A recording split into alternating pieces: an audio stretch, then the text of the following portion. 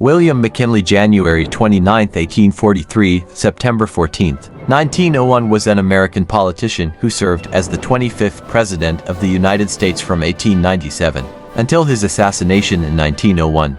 A member of the Republican Party, he led a realignment that made Republicans largely dominant in the industrial states and nationwide for decades. He presided over victory in the Spanish-American War of 1898, gained control of Hawaii, Puerto Rico, the Philippines and Cuba, restored prosperity after a deep depression, rejected the inflationary monetary policy of free silver, keeping the nation on the gold standard, and raised protective tariffs. William McKinley was the last president to have served in the American Civil War. He was the only one to begin his service as an enlisted man and ended it as a brevet major.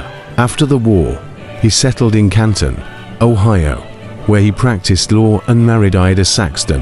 In 1876, McKinley was elected to Congress, where he became the Republican expert on the protective tariff, which he believed would bring prosperity.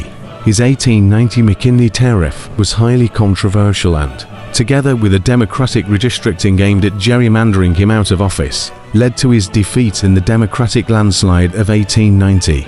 He was elected governor of Ohio in 1891 and 1893, steering a moderate course between capital and labor interests. He secured the Republican nomination for president in 1896 amid a deep economic depression, and defeated his Democratic rival William Jennings Bryan after a front porch campaign in which he advocated sound money, the gold standard, unless altered by international agreements, and promised that high tariffs would restore prosperity.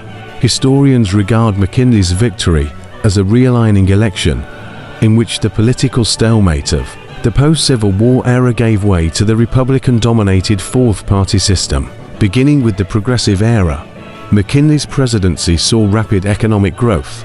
He promoted the 1897 Dingley Tariff to protect manufacturers and factory workers from foreign competition, and in 1900 secured the passage of the Gold Standard Act.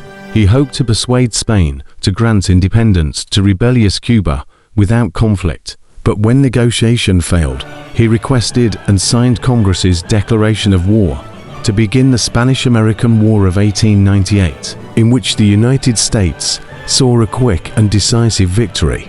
As part of the peace settlement, Spain turned over to the United States its main overseas colonies of Puerto Rico, Guam and the Philippines, while Cuba was promised independence, but at that time remained under the control of the United States Army. The United States annexed the independent Republic of Hawaii in 1898, and it became a United States territory. McKinley defeated Bryan again in the 1900 presidential election in a campaign focused on imperialism, protectionism, and free silver.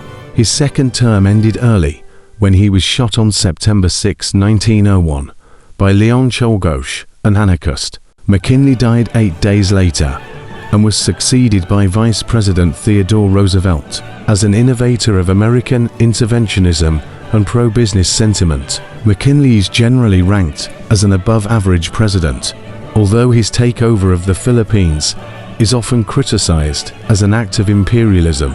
His popularity was soon overshadowed by Roosevelt's